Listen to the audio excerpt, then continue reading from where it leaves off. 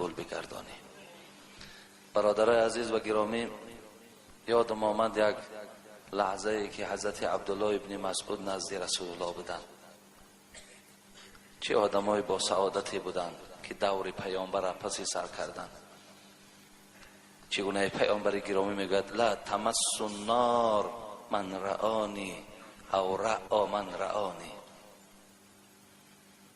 پیامبر گرامی میگوید که هیچ وقت آتش دوزخ کار ندارد و حق نزدیک شدن ندارد به کسی که جمال مرا دیده باشد.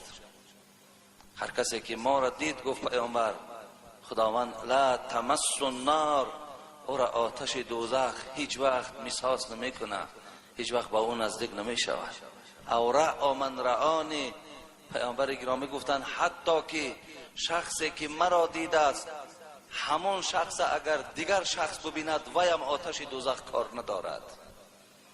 این فیض پیامبر گرامی بودند، این فضیلت پیامبر گرامی بودند.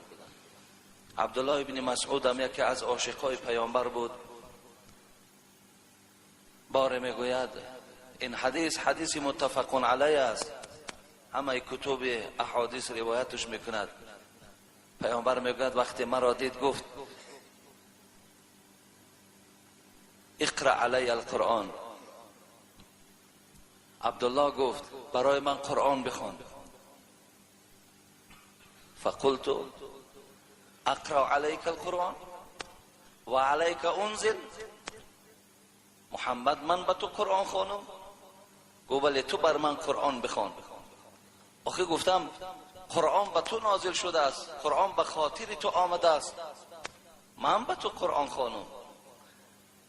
میگه رسول اکرم گفتن انی احب ان اسمعه من غیری، دوست میدارم که کلام الهی را از زبان دیگرها شنوم. محبوبیت محمد دیگر کس خواند و من راحت کنم. گفتن فقرأت سورة النساء. حضرت عبدالله میگه سوره نساء را آغاز کردم، حتی آمدم به آیت 41 از همون که معنا این است که روز قیامت ما ای محمد تو را بالای کافرها به کفرشان، بالای مسلمانها برای ایمان آوردنشان، برای منافقها در نفاقشان تو را شاهد میگیریم. تو شاهدی همه اینها را میتی.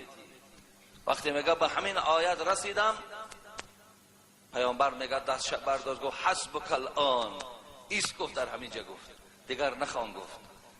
فالتفت الی و عیناه تذرفان.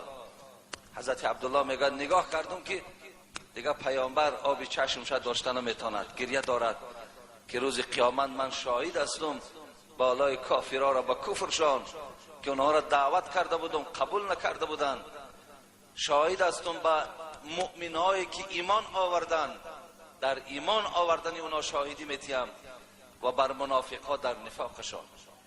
زین خاطر البته تلاوت از زبان دیگر کس بسیار برای انسان یک لذت دیگری میبخشد، بسیار وجود آدم راحت میکند.